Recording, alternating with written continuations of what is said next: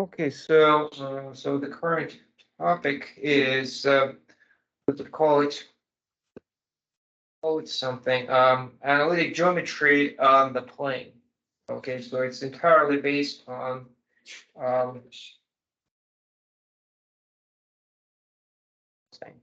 the Cartesian system. Okay, so in other words, that what separates geometry from analytic geometry is the everything's computed instead of measured. So you can assume that you can measure everything on the plane. That's usually for you. But suppose we don't want to measure it, we pre-compute everything. Okay, that's what coordinate system is. So the coordinates are pre-computed, and then based on those coordinates, you can derive you can solve those two problems of measurements. So without measurement, right? So number one, distances, and number two, angles. So we have solved the problem of distances. That distance formula, one and only. There's really nothing else to talk about there. And then now we turn to angles. Okay. So angles between what was the issue, and then we realized that it's really not between. You cannot speak of angle between points, and it's not also a triangle because of what? Because even if it's the picture at the bottom, you can see that which angle we care about, even if we only concentrate on the x-axis in another line. Okay, so it could pass 90 degrees, and then the yellow triangle. Imagine what happens to the yellow triangle if we keep rotating here. Okay, so what happens is the triangle disappears and then kind of becomes inverted. Okay, so we just decided to forget about that and about triangles and think about the angles. So less triangles and more angles. Okay, so because then the angle goes this way and that way, that's really not a problem for us at all. Okay, so that solves the problem of that it solves the setup becomes easier. Now we concentrate on the angles entirely, and fortunately they're pretty much basic. These are the definitions. This is the definition of tangent, cosine, and sine. Okay, right here. Okay, so the angle can be tangent, cosine, and sine of this angle can be derived from the triangle, yes, or from the triangle of the with this hypotenuse, and the tangent is the easiest one. It is the most popular, but what we are after right now is something more profound. So because the angle will have not this angle that we care about really, but rather the angle between two lines. Okay, so two lines. Well, let me skip this. And the two lines are like this. Okay, so each of which has an angle with the x-axis, and these are alpha and beta. Okay, and then from the alpha and beta, we already know how to compute there on the right the cosine and sine over there, and then we want to derive how theta is computed, the angle between those two lines. Okay, so fortunately the algebra is taken care of. This is the formula I circled here, very simple formula, even though probably very hard to remember, of how to derive the cosine of the difference of the angle from the sine and cosine of those two angles. Okay, so that's the formula. And we went through simplification of this stuff. It looks complicated. Denominator, fortunately, is nothing but just the distances. Okay, that's by design, right? So remember where it comes from. Where this denominator comes from? It comes from those triangles. So it's divided by the adjacent by what? By the adjacent. Wait a minute. So sine or cosine. The hypotenuse is the length of that line is in the denominator. Okay, so that it reappears twice because there are two lines, two triangles to worry about, and so that's the simplification that I introduced first, right at the bottom. The distances, if you know what's behind it, it works out quite well. And what's behind, so D, remember D stands for distance, O is the origin, P is that point we care about. So DOP and DOQ are the two distances. Okay. The numerator is still to be understood, but we saw something very similar early on. Remember, it was multiplication of the coordinates. Okay, so x's with x's and y's with y's. we did early on with dimension 1 only x is separate, and now it appears that both of them have to be present. So it's still a product, a special product right here.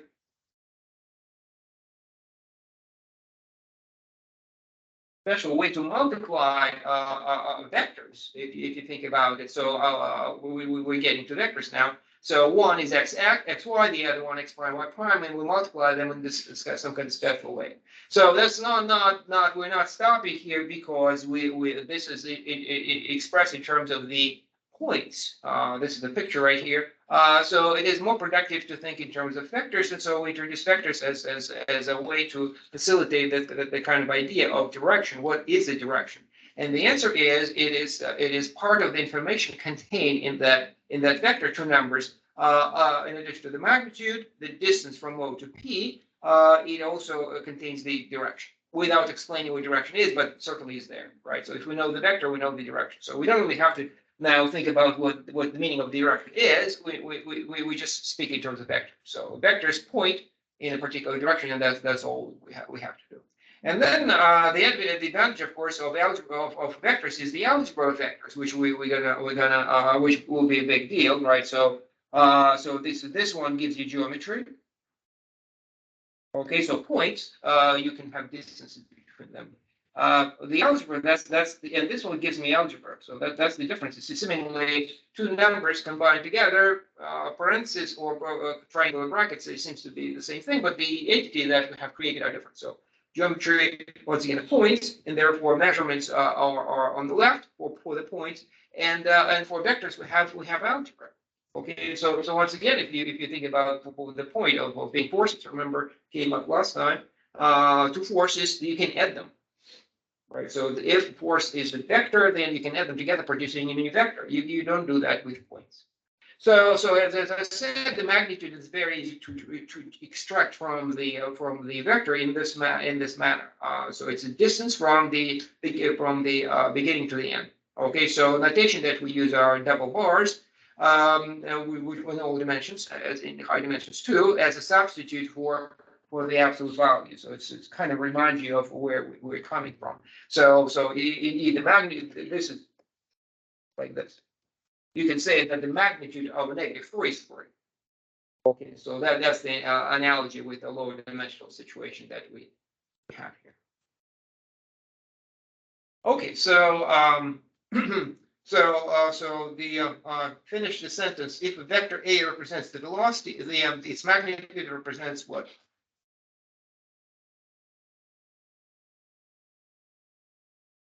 The speed. That's right. So it's nothing but a word really, but it's nice to know that the language that we use in every day, when we say speed, it is really the speed, right? The speed of the car is how fast. It's what the speedometer shows. It does not tell you the direction, right? So that's why if we want to speak of velocity in a kind of more comprehensive way, telling the direction in addition to the how fast, which way and how fast, then we speak of the velocity rather than of the speed, and speed only represents only one component, or rather one aspect of motion. Okay, so that's our formula. This is the main transition that we're making from intervals, and we still kind of have a triangle, even though you can imagine that it kind of degenerates into a triangle. So you can, or why we don't like this, the picture on the left, is you can actually have this, hypothetically, O, P, and Q. Okay, no triangle.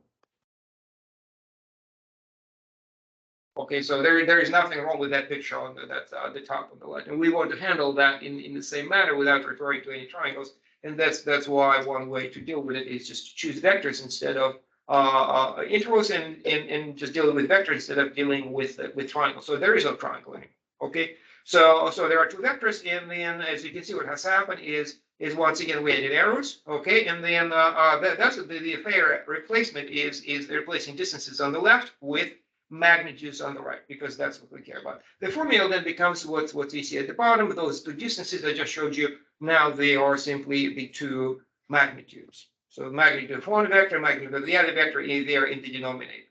Okay. So incidentally, I mentioned that also last time. I remember the meaning, the significance of the denominator is that it cancels out. We see the magnitudes, right? But they serve to, well, cancel themselves. Remember what that means? The denominators have those distances, magnitudes there, and they serve here to cancel themselves. What does that mean?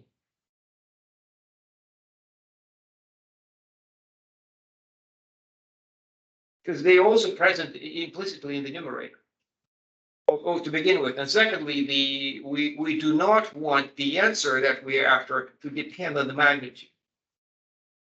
The angle is, the direction is independent of the magnitude. The angle between two vectors is independent of the magnitude. So hypothetically, I double P like this. Okay, so what? So if I double the first vector, what does it do to the angle?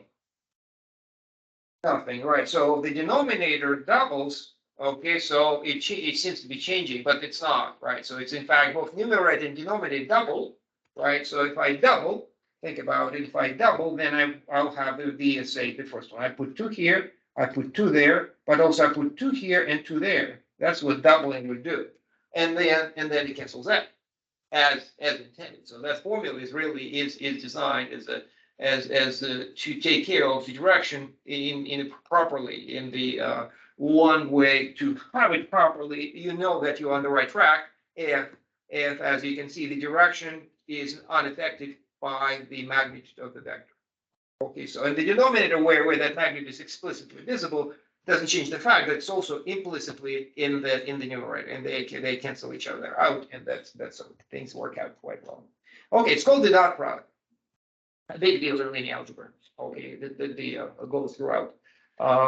So the dot product, that's how we multiply two vectors. So that's the numerator that we're looking at is in fact what we call the dot product of the two vectors.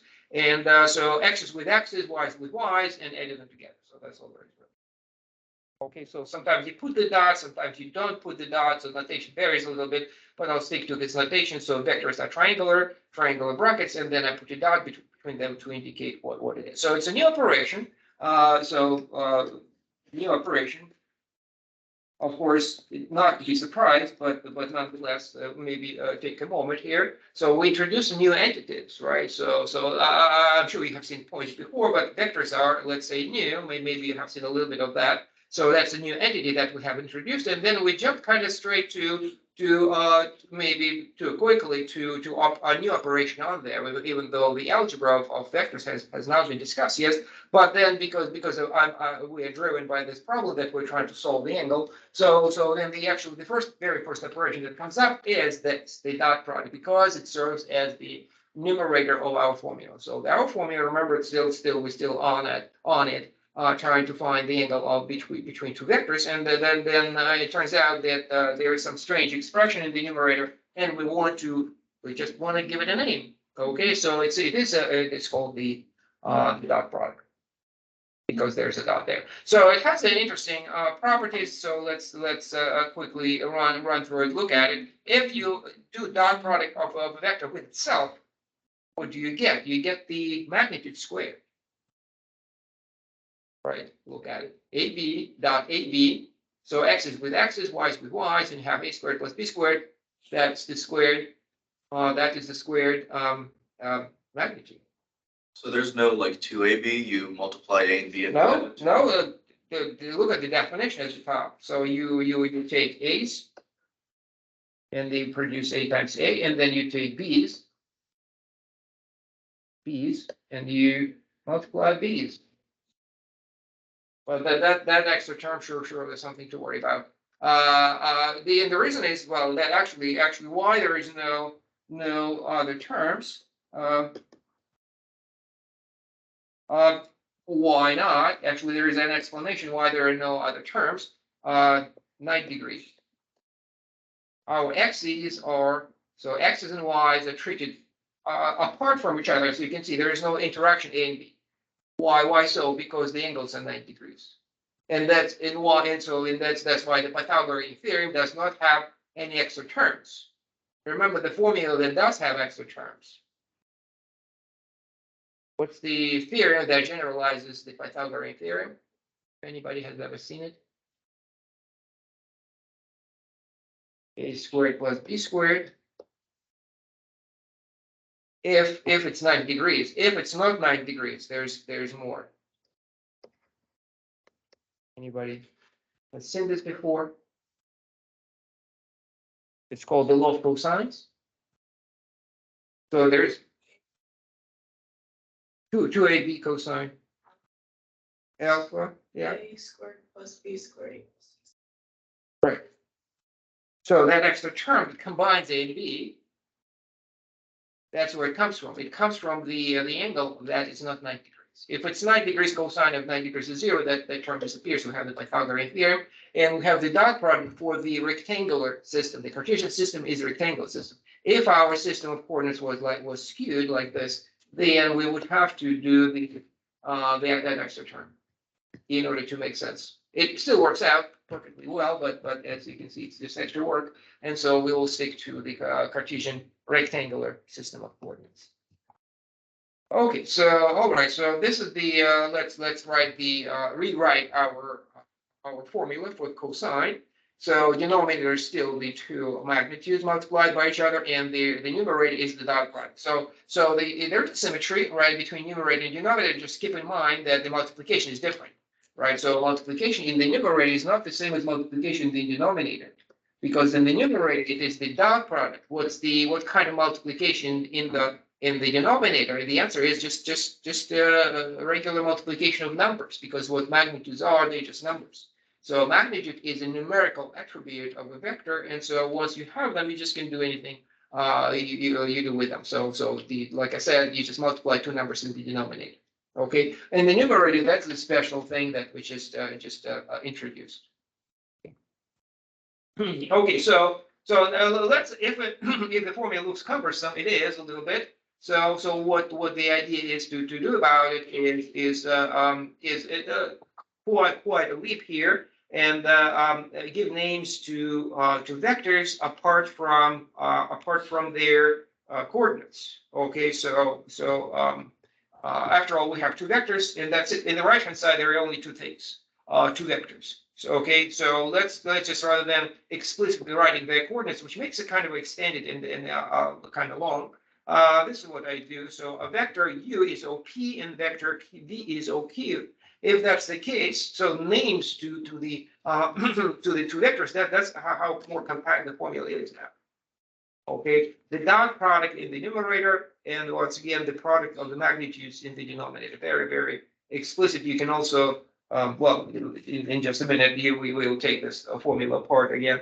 But like I said, the naming things, it makes things, and the formula is more compact. You don't have to worry about things like this. This is just x and x prime, and they're just way off. But this one is, look at it, way more easier to kind of put it in your mind, and if not memorize, but at least to imagine how you would be using it.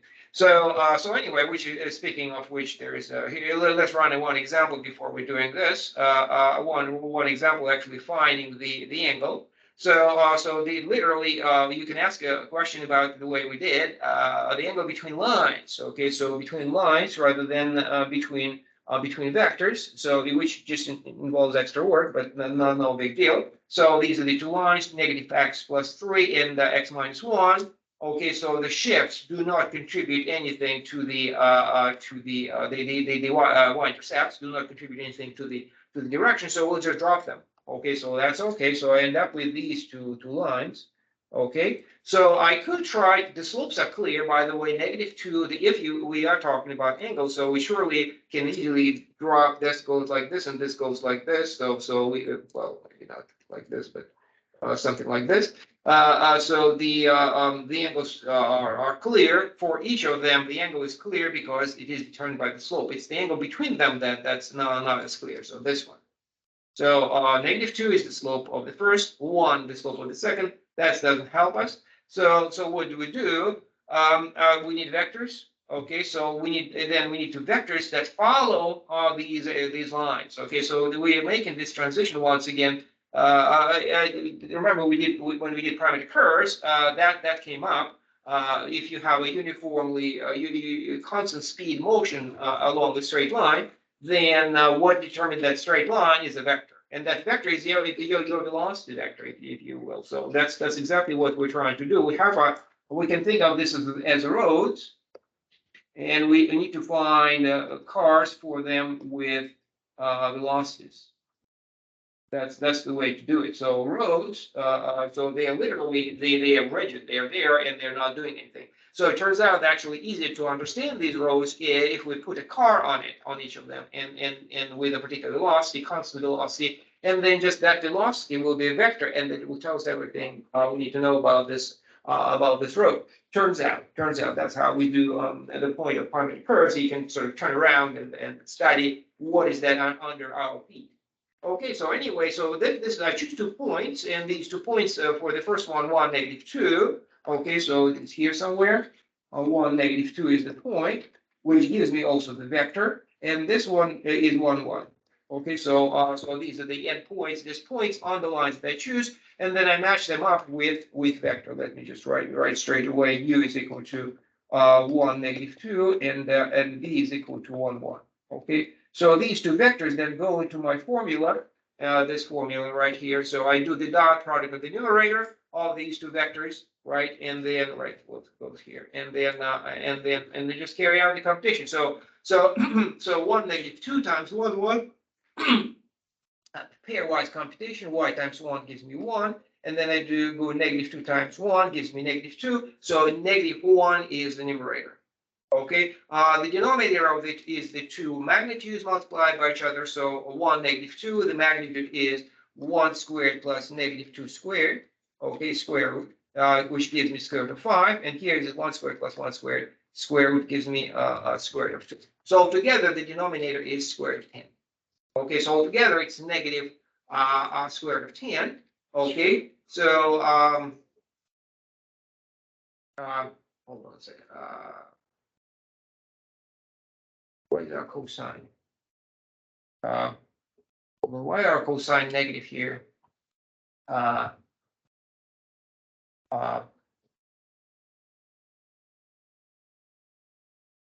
Okay, so my picture is so you can tell why under what circumstances we have negative cosine.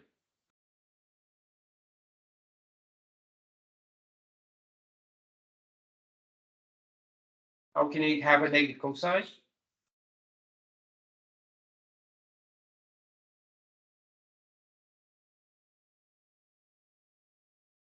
What kind of angle? Kind of angle is this? For cosine to be negative?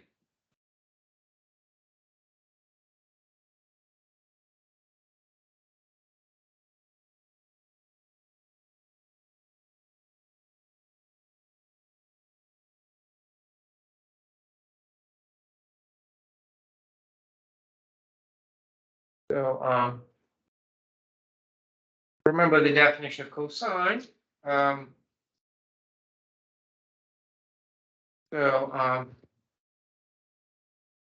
So the geometry, the trigonometry here, we're over it. Remember, so trigonometry as the study of triangles, okay, which is what it means. And now, at some point in pre-calculus, you stepped up. Everybody remembers trig functions. Instead of trigonometry is the study of triangles, their angles, you step up to the next level, which is triangles. Not triangles, but trigonometric functions, which means that there is no restriction whatsoever on the angle in that sense. So you have a function. So then in which case, so to understand what trig functions, if you want to interpret it, what do you do? Well, what's the main building block of trig functions? Not building block, but rather the construction that we make that then produces all trig functions. Remember this one? It's not a triangle, but what does it look like? A circle, what specifically, remember what it's about? Are you referring to the unit circle? Unit circle, yes, a unit circle. Okay, so what's the point? In the context of trigonometry? What? I believe that it converts degrees to radians, right? No. Well, forget about degrees altogether. Yeah, so that's another thing that you do when you prepare yourself for calculus. You kind of abandon mostly degrees and you do radians. What does it do have with what does it have to do with trigonometry? This thing, the unit circle.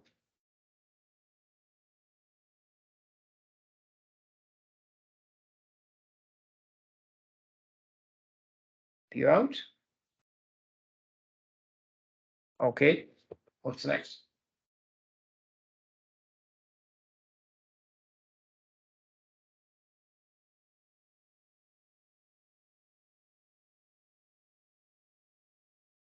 Once again, I'm intentionally not drawing a triangle, but you could, right? So to connect it back to actual trigonometry, high school trigonometry is you do this. Okay, so what's the picture shows here?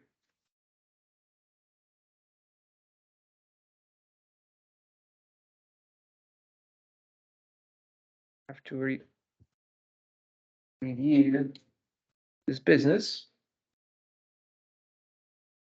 So if this angle is alpha, and this point reflects what? What's this point? Unit circle once again, so radius is 1. Okay, the angle is alpha. What is the in what I put it in red, that point, the coordinate of that point in red?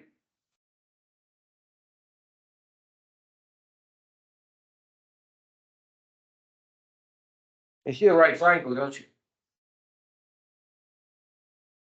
Okay, so right triangle.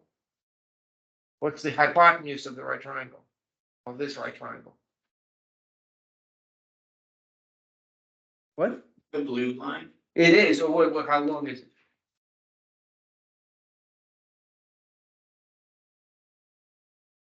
No. No, it's 1.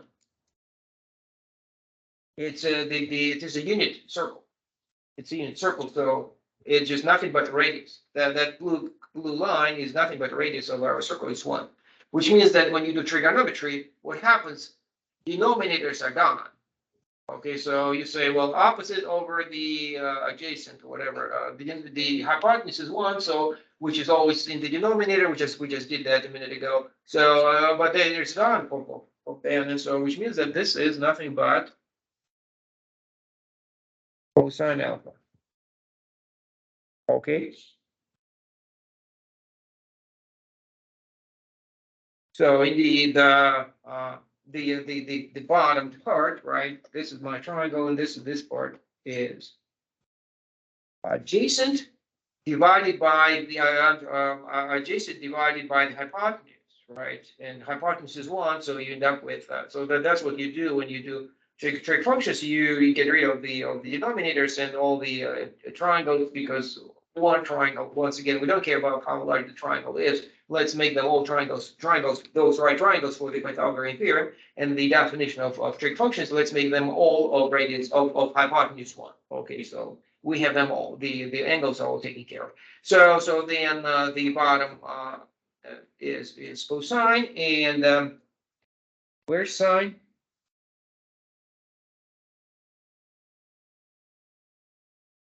Where's sine? On the y-axis right here. This one. Okay.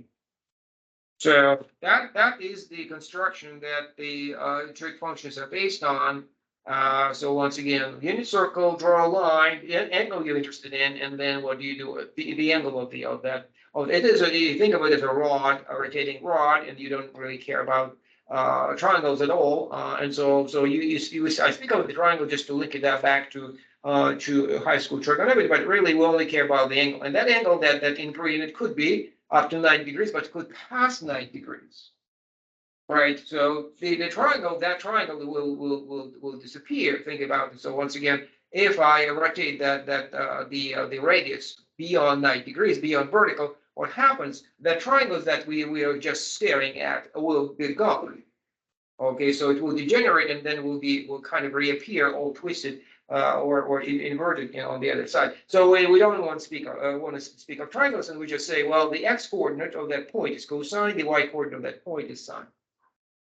Okay, so that, and then you can rotate, and you can go past 90 degrees, point 180 degrees, you can pass 360 degrees and go on, and it makes no difference.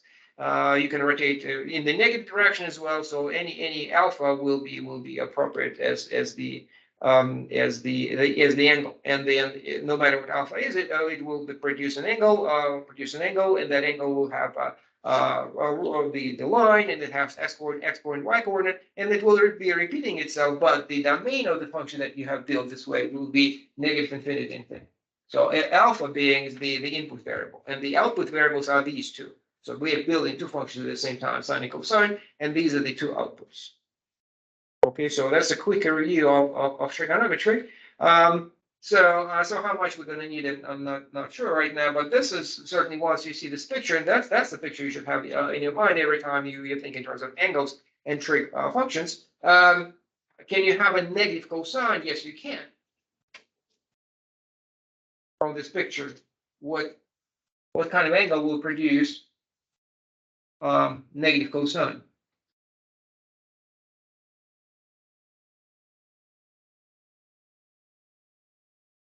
That's right. Yeah. So when it passes 90 degrees, at 90 degrees it becomes 0, and then it becomes negative as it goes to the left. So it would have to be here somehow. In other, there's a word for it. It's called obtuse.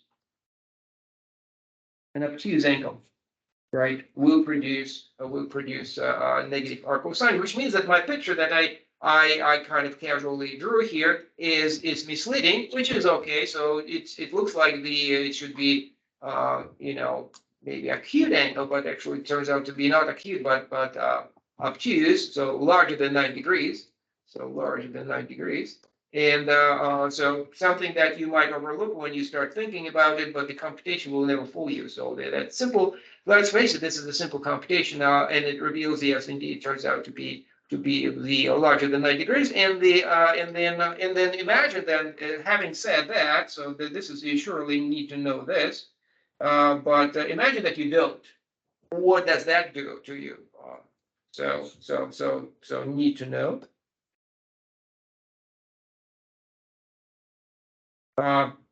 If not, no. Well, that's not the end of the world. That's maybe I want to make that point too. If it's not known, so what? You have your calculator, right? So you have your calculator, and which has a button at cosine, right? So you just do this. You just push a button, and it will give you the answer. And you see, oh, the angle is negative. It actually is the angle is beyond 90 degrees. You can have radians, you can have degrees, doesn't matter. So that formula really, if you don't even know, there's very little trigonometry or none. So the build out, naturally, the build out this formula, how we build it, you do need to know trigonometry. But if you only have the formula, don't know any trigonometry, it's still usable, because you know the button cosine, you know the button arc cosine, and then you can find the angle. That's the best application of mathematics. And actually, all the buildup is really not entirely necessary if you just be willing to use it as a end result is the only thing that they care about. So it is nice to have a formula, and just doesn't matter where it comes from. It's still usable.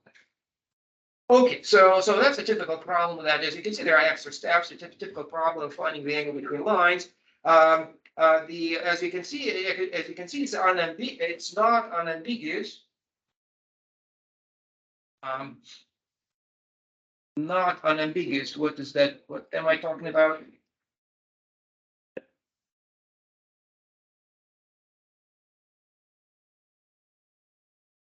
The answer is not unambiguous.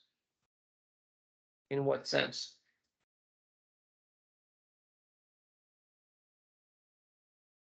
The angle between the lines as opposed to the angle between the vectors. What's the difference?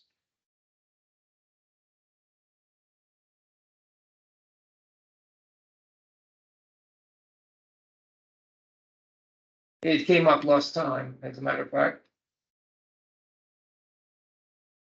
The angle between lines and the angle between vectors.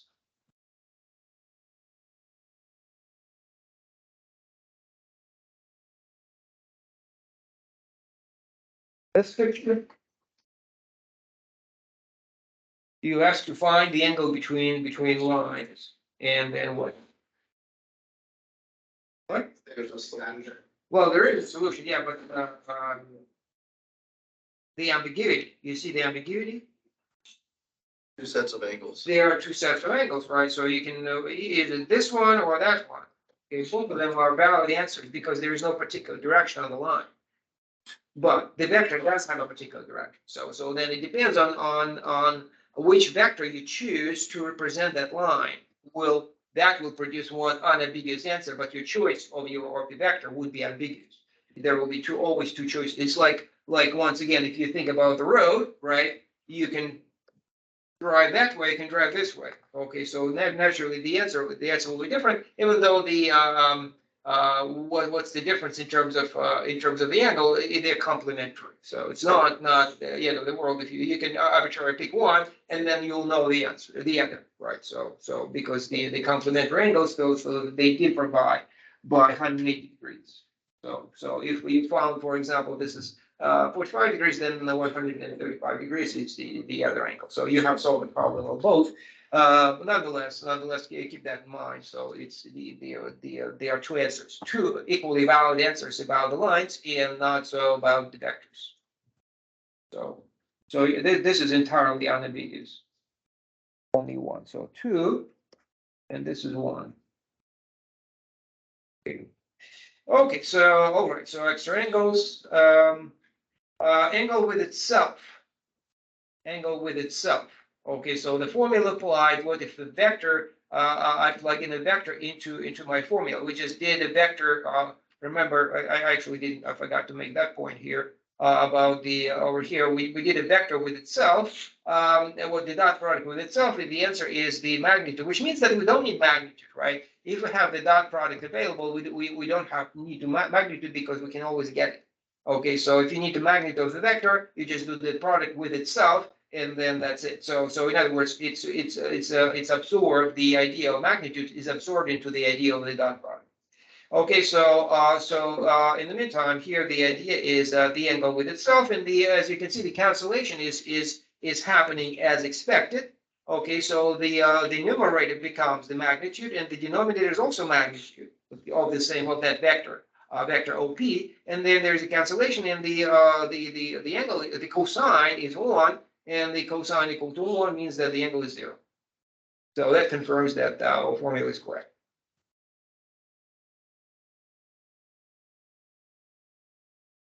So the between lines, let's skip that. Okay, so in are two vectors or two lines perpendicular. That's a special case, important. So this is an important case when the two vectors are parallel. Okay, so that these are parallel. And when they're parallel, well, we didn't discuss that yet, but you can guess what happens when the two vectors are parallel. What's the end result? If the two vectors are parallel, what do you expect from this formula?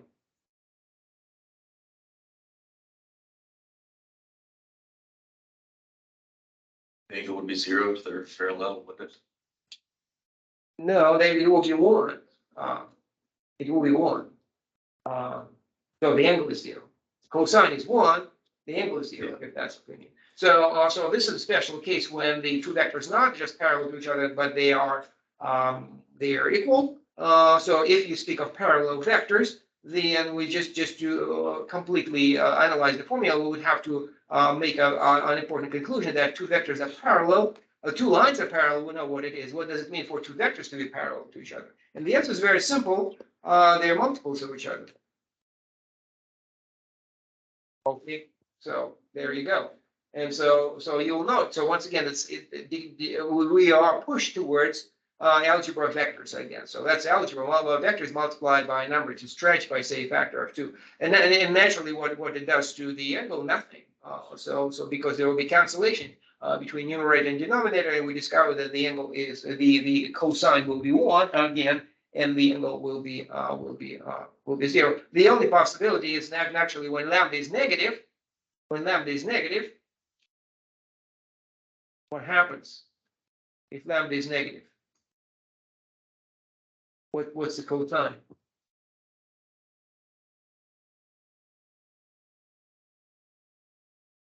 What if lambda is negative 1? I will have negative. Okay. Negative.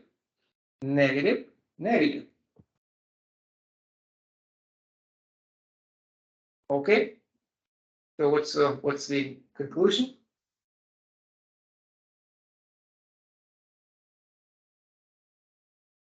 Well, once They're the pointing that yes, and how do you know that from the algebra? 180, right? Cosine -1. So once again, that construction that I just brought up again on the left, you know that if you do 180 degrees, that will be pointing in the opposite direction. The angle is 180. The cosine is -1, and you do backwards, and you discover that indeed that they would capture that too. This is a parallel, so that's why we don't really say parallel vector as much as we say they're either same direction or opposite direction. Because there's a difference. Unlike with lines, there is no difference. There is no direction. But vectors do have a direction, so we prefer to speak of them to be of the multiples of each other. And then okay, so this is now let's speak of perpendicular. Okay, so parallel. Okay, taken care of. Now perpendicular. You can see the importance here. That's the perpendicular. What's perpendicular here is. The blue one is the velocity, the red one is the force. So that's took Newton a while of work to figure it out, and then where calculus came from, really. But so these are the end results. It's not how it was actually done, but the end result of the analysis is this, and it turns out to be very on topic. Is these vectors are perpendicular.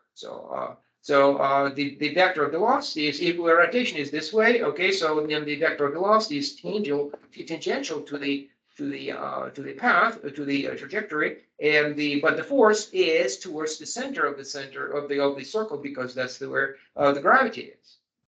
Okay, and so perpendicularity is actually our typical state of affairs, because that could be moon and the earth, or sun and the earth, or it could be what else? How about I'm just swinging a rope above my head? Same story, right? So the velocity still will be tangential, and the force of the rope will be pulling it in. Okay, so once again, there's only one force, and because of it is perpendicular, it has some consequences in terms of the physics. Anyway, so you may remember if that might remind you of perpendicularity of straight lines from before. Anybody recollect perpendicularity of lines? Forgetting about vectors and all of that, but speak in terms of lines given in the standard form. 2x and -2x are perpendicular to each other because not because, but how do we know the slopes are negative reciprocals? Remember that? Yeah. Okay. So here are the two lines, and so that we put that in the pocket really, because we are going go to the next level, because this certainly excludes what? It excludes the vertical lines every time if you take the standard form of the just slope y-intercept form of a line, then the vertical lines are excluded. Also, secondly, what's the other problem is once again the ambiguity, And so we're going to do vectors. Okay, so the question is a perpendicularity of the vectors. So the answer is quite obvious. Once you have the formula, cosine is supposed to be 0. Cosine of 90 degrees is 0. So the product has to be that expression that looks complicated has got to be equal to 0. Okay, so we have a fraction which is equal to 0, which means what? A fraction equal to 0. What can we say about the fraction?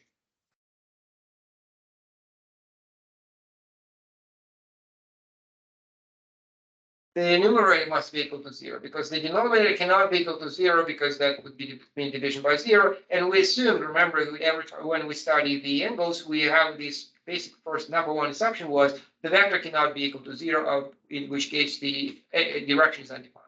Okay, so the denominator is not equal to 0, which means that the numerator must be equal to 0. In other words, the dot product is equal to 0. That's what we are looking at in the numerator. So two vectors are perpendicular if and only if their dot product is 0. It's very simple. So that's exactly what it is. Okay, so naturally we can recover the idea about the slopes in this manner, right? So look carefully at this actually the computation in the middle. The dot product is equal to 0. If we expand it, we end up with our numerator that we started with. And well, what I'm doing here is I want to extract slopes. That expression, this is our numerator. The numerator does not contain the slopes, but since it's supposed to be equal to 0, I can actually rearrange things as what I do on the right, and then it turns out that actually the two products are equal to the two. I combine one with x, y over x, and I have y prime over x prime, and these are the slopes, and these are the slopes, and they have to produce negative 1. Okay, so we are recovering from our conclusion here about the vectors. We derive the corollary from before about the perpendicularity of lines given through this. There's negative reciprocals of each other. Okay, so once again, the slopes, as you can see, they pair up. 1 and negative 1. Well, I'm sorry, 1 and negative 1, yes, and then 2 and negative 1/2, and so on. So each two lines are paired up. Okay, so that closes the topic of analytic geometry on the plane, and so then what follows is really to go to high dimensions. That's it. So first of all, we'll build as needed. We'll build the spaces, and then we'll use the stuff that we will develop vectors naturally, and then we'll use the stuff to produce the same solutions to the same problems. So meaning distances and angles. Okay, here it is. Okay, so okay.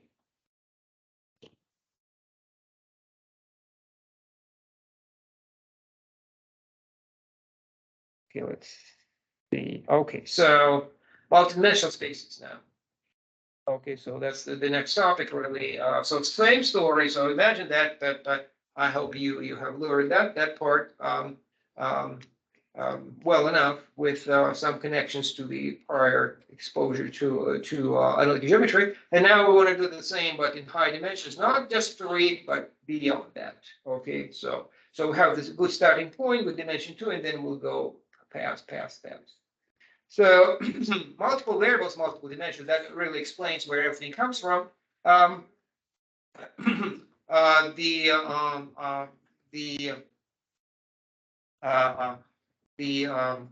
dimensions dimensions come from extra variables. So just like with the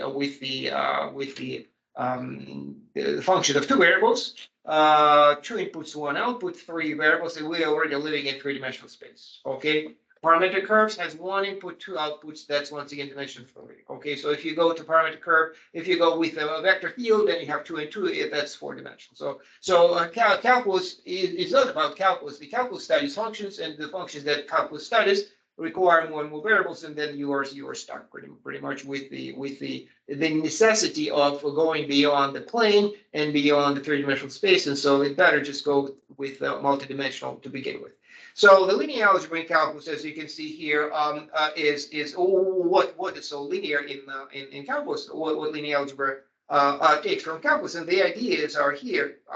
The linearization is the word, and that is, as you can see, the replacing our curve with a straight line. Which one? And the answer is the tangent line. Okay, so that's your outline of differential calculus 1. But once you go to high dimensions, however, the same story becomes more complicated because now graph of the surface. But once again, what we're looking for, we're zooming in on the curved surface, and so much so until it looks flat, and the end result is the plane. Okay, so that's pretty much what calculus does. So calculus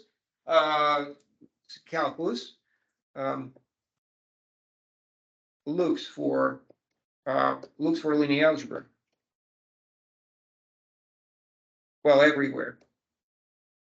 So wherever there is not linear algebra, but let's say linearity. Okay, so everything is curved, non-linear. Well, calculus say it says, well, let's make it linear, and because things simplify significantly. So that's why we want linear algebra. Okay, so beyond the dimension 1 and 2, what is that we're studying there? And the answer is multidimensional spaces with a dimension 1. So this is dimension 1, and this is dimension 2. Okay, so the dimension 2 plane is contained in dimension 3 space. And so as you can see, there is no end to it, because if you go to high dimensions, then you have a three-dimensional plane containing the four-dimensional space and stuff. So that's pretty much what we're starting with. So once again, physical space is dimension 3, but if you take time into account, you already have four-dimensional space. That's the basic physics. Okay, so the functions that are started with as many variables as you have, that's the dimension. If you combine the inputs with outputs, dimension could be beyond 4 easily. Okay, whether or not they depend on each other directly or indirectly, you might have end up with a relation, but that's pretty much the same story. So that's what three-dimensional space might look like. So it's split into cubes, and but also it's important to recognize that it is made of what? It's made of on one hand, everything else that the lower dimension is still present. So you see the lines, okay, the lines, and they are one-dimensional, and you see the planes too. They're two-dimensional. Altogether, the whole thing is nonetheless is three-dimensional. Okay, so we should be able to recognize the two-dimensional geometry and linear algebra in the three-dimensional space. Okay, so that's really the jump that we're making from where we are right now. Okay, so here is okay.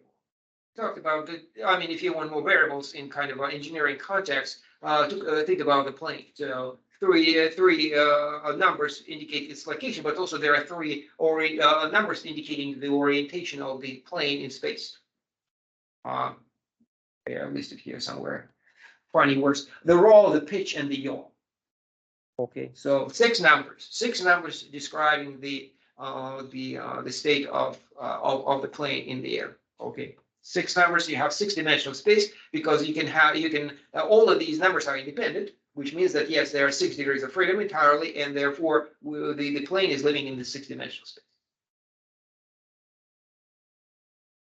Okay, so more examples. Once again, this is how the functions are combined, especially in calculus. So the more multidimensional function emerges right away, because the terrain is in fact a two-dimensional function of two variables. But even if you ignore it and you only concentrate on the line, nonetheless, what you end up with is the terrain map, which means that, or rather, on the left is your trip along that straight line that gives you the horizontal location of the car. Okay, the horizontal location of the car as a parameter curve, let's face it. And then as you can see, there are the six separate locations of the car on the road. And then so the input is the time and the output is location. Okay, but then separately you have the function on the right that is the terrain map, and which is indicates the, depending on the horizontal location, you have the elevation. Okay, so these are the two ones combined together. And you might ask about the first question, how fast are you moving horizontally? But also you can ask about the second question. You might ask the question about how fast the what is the slope of the road literally. Okay, so that would be a calculus problem question to be asked. Okay, so and then the second question would be to combine the two and ask ourselves what's the velocity, what's the vertical velocity of the car. The horizontal velocity of the car, you know. Okay, so or maybe let's say it's not a speedometer. You're not looking at speedometer. Probably the GPS will tell you. You should be, because the speedometer, there's probably a good distinction to be made. So the velocity, how fast this is, how fast in the horizontal direction, that's GPS. Okay, but if the vertical direction, how do you catch the vertical direction? So that's a big question. But if you use speedometer, a speedometer gives you the speed. What kind of speed does it give you? Vertical and horizontal, right? So if you're on the incline, right, on the incline, it does not give you horizontal direction. No, it gives you the vertical direction. It gives you literally how many times your wheel has turned. So it's actually two-dimensional speed. So once again, this is what the speedometer gives you, right? The incline, it cannot distinguish between the two. But if you, that's a question, an interesting question to ask. If you're looking at the speed on the GPS and you're looking at the speed of the speedometer, if they're mismatched, you can actually answer the question about how fast you're climbing, right? So, so you know this one that's come from GPS. You know that one that comes from the speedometer, and then you can derive this one. Okay, so say this is U and this is V and this is W. Okay, so what's the relation?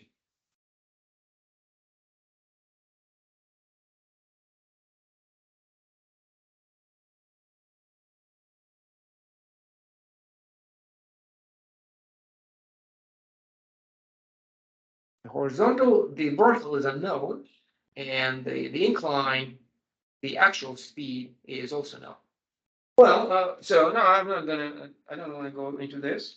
So we can find W from U and V by means of vector algebra, which is still coming up. Okay, so it can be done. Naturally, the question itself is really a question of calculus, but so let's not worry about it.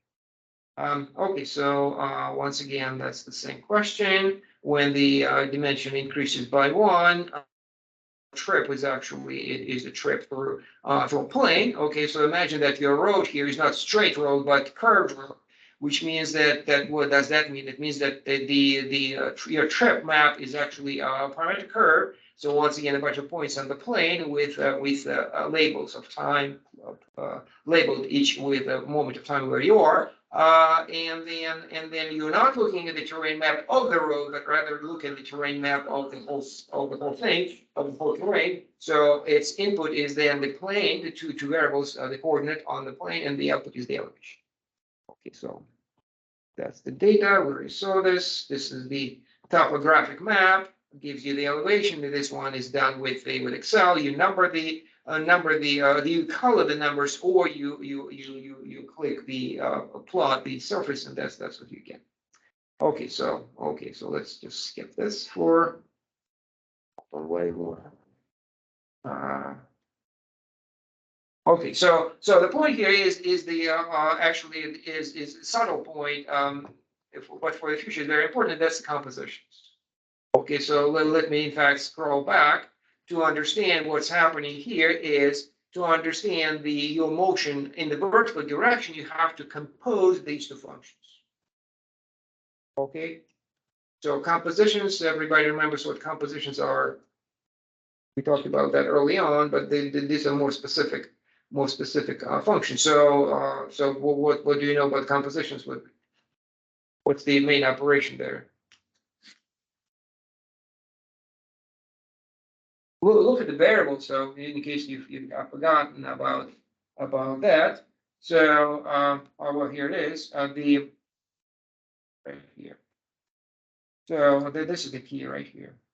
Okay, so so the first one, t time is the input, x location on the road is the output. Then separately over here on the right, the input is x, your horizontal location, okay, and output is z, the elevation. Okay, so as you can see, there are two separate functions, but the output of the first is the input of the second, which means that we can compose them. And then you can go straight from t to z, and that gives you the third function, which is the function as answering this question about how fast you're climbing as a function of time. Your elevation is a function of time, not a function of horizontal motion nor inclined motion, but it is the vertical motion, how it depends on time. The composition, indeed, so you go from t to x, once again, like this, from t to x to z, or you go like this, you go straight from t to z through these two operations. There are no formulas, but if there were, then what we would do, we do substitution. We substitute the second function into the first, I'm sorry, the first one into the second. Okay, so that would be a substitution. But whether we are carrying out the substitution explicitly, it's important. It's not as important as understanding what compositions are, and they are literally two consecutive calculations. Okay, so because the output of the first is the input of the second, then you can literally execute them in a consecutive manner. Well, that's what the first row there indicates. Okay, so and then that's numerical function that calculus one roughly. And then let's go with higher dimensions with the same problem to begin with, and that is, as I said, your trip might not be your location of your trip might not be one number, but might be two. Okay, so right here, so that's your trip. But that's your trip. We're moving from along this road. Okay, once again, these are a bunch of locations. Labels of time are produced. And then, but the rest is the same. You're still moving through a terrain, which means that if this is the horizontal motion, and then the vertical motion is also thrown in, and then the question remains the same: how fast you're climbing. And so what do you do? A function of two variables is present. Now, the terrain map is actually a function of two variables, and that makes the variables match. By the way, so the output of this parametric curve is actually two variables x and y, and the inputs of the function of two variables is once again two numbers, with the third, the output producing the elevation. Okay, so once again, this is the second function visualized called the topographic map of the terrain, and then these two functions now can be composed, because from t you go to xy, from t you go to xy, and from you go to xy, it's here somewhere, and from xy you go to z. Okay, so it's the same story, and then we are once again interested in this. It's the same story, except in the middle we have two numbers instead of one. So you can see you can actually build the graph and see how the composition is executed geometrically. So the trip view from above is the first picture on the left. Below it is the terrain, which happens to be a plane, and then here how you compose them together, and then on the right. Is it clear how they're composed together? Yeah, I put my curve on the plane underneath my surface. Okay, that's the three pictures in the middle. And then I kind of lift it towards the surface. And that traces out a curve, but not on the plane anymore, but rather on that surface above it. And then okay, so that's literally, that's the actual, this is the 3D trip, right? Of the 3D trip. So what actually happens, the observer would see. Our interest is, however, is only the elevation. So if we record the elevation from over here to over there, we will end up with functions, and the natural function is the numerical function. Numbers are inputs, and outputs too. Okay, so I'll stop here. So class dismissed. I'll see you next Friday.